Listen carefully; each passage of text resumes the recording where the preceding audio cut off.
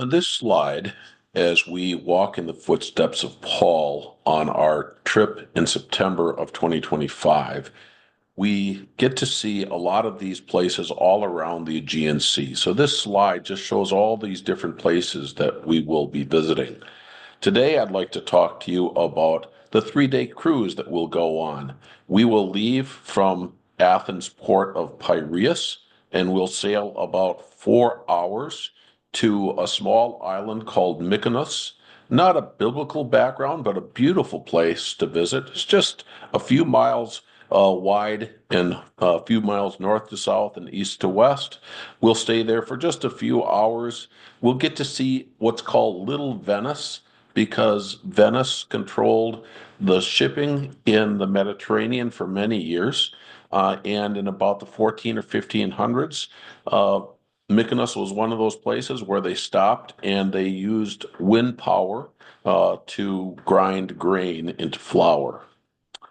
From Mykonos, we will cross to Turkey to Kusadasi, and basically we will be following the same path that Paul did right at the end of his second missionary journey. He was in Corinth, which is just a little bit, about an hour's drive to the west of Athens. So he sailed from Corinth and sailed across the Aegean to Ephesus, which is right outside of Kusadasi. You can see that it was just a few miles to the north. And one of the reasons why I like to show this slide is you can see that the archaeological site is quite a ways inland, but at Paul's day, Ephesus was a seaport. The harbor has silted in since that time. So when you get there, you will first walk on the harbor street. It doesn't lead to the water now, but it did. Ephesus was a huge city, about 250,000 people. Walking down this street it's amazing to see all the ruins, what the incredible wealth of this city. One of the things that you'll see is the Library of Celsus, which contained about 12,000 scrolls. This is a picture of Paul's third missionary journey. So on his second missionary journey, he came to the harbor, walked up that harbor street to the synagogue, talked in the synagogue, briefly said, I can't stay long, I've got to get back. And then on his third missionary journey, he traveled through what is today Turkey, visiting the churches in Galatia and Phrygia, and then walking to Ephesus. And on this third missionary journey, Paul stayed in Ephesus about 3 years. His ministry in Ephesus came to an end when there was a riot in the city, and Paul's friends were taken to this theater. There was a riot, and it's caused by the artisans who were afraid that they were losing too much of their income. This is a statue of Artemis, the great goddess of the Ephesians. She was a fertility god. And there in Ephesus was one of the seven wonders of the ancient world. This temple of Artemis, 450 feet long, 225 feet wide, 60 feet high, more than 127 columns.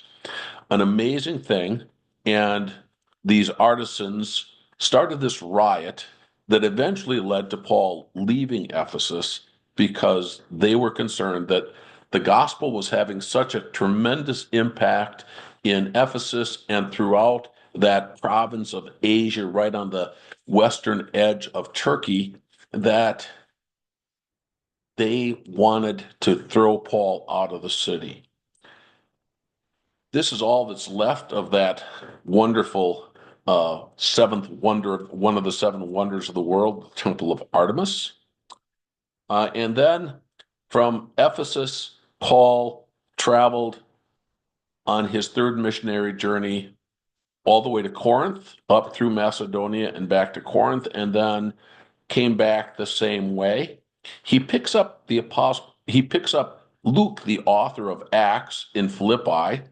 He had worked with Luke earlier. He had met Luke in Troas, took him to Philippi, evidently left him there. But now on this third missionary journey, as he's returning back, Luke travels with Paul. And it's interesting that now this is in Luke chapter 19. The Apostle Paul, or Luke, begins to add more details about the trip since he was an eyewitness. He mentions that they sailed past Chios, right up in the left-hand corner of that island, and they sailed past Samos right in the middle of the map, and then sailed on to Miletus. And Miletus is just a little bit to the south of Ephesus. Paul didn't want to stop on the way back from his third missionary journey at Ephesus because he felt he would stay too long there, and he wanted to get back to Jerusalem by the time of Pentecost. So he was traveling probably mid-May or late April. So he stops at Miletus and then travels back to Jerusalem. Our next stop after Ephesus will be Patmos, which is a small island just 40 miles out into the Aegean Sea. Ephesus was not only Paul's place of ministry for 3 years on his third missionary journey, it was also the place of ministry for the Apostle John near the end of his life.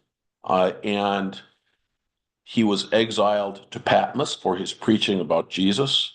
And we'll stop in Patmos just for a few hours, just long enough to walk up to the cave, the traditional spot where John received the revelation from Jesus. From Patmos, then, we will set sail overnight to Crete. And Crete, the first place that it's mentioned in the Bible is the Old Testament, where it is called Caphtor, that the Philistines came from Caphtor. So Crete is actually the first place that Greek culture started about 2,000 years before the time of Christ. And evidently the Philistines moved from Caphtor to what we would call today the Gaza Strip area of Israel. The Apostle Paul also visited Crete, not recorded in the book of Acts, because book of Acts ends with Paul in prison in Rome, but we know that he did visit Crete. He left Titus there. We don't know exactly the path, but he visited Crete and many of the places around the Aegean Sea again after his imprisonment, and possibly he also went to Spain before his second imprisonment in Rome and ultimately his martyrdom there. When we're in Crete, we will see the Palace of Knossos and learn about the Minoan culture. The Minoan culture flourished, especially in the 1650s to 1450 BC. And then Greek culture moved to the mainland, to the Peloponnese, the peninsula at the southern end of Greece, and began the Mycenaean period of Greek civilization. We don't know a lot about the Minoan culture because some of that language is yet to be translated. The Palace of Knossos, they've decided probably wasn't actually a palace, but more of a storage place and marketplace, but it is a very large area, about 3 acres of ruins that we will have the privilege of walking through. From Crete, then we will sail on to Santorini. We'll spend just a few hours there to see that beautiful island, and then we will sail back to Piraeus, the port of Athens. Thank you so much for listening, and I would encourage you to read Acts 18 through 20. That especially tells us about the Apostle Paul's ministry in Ephesus. God bless.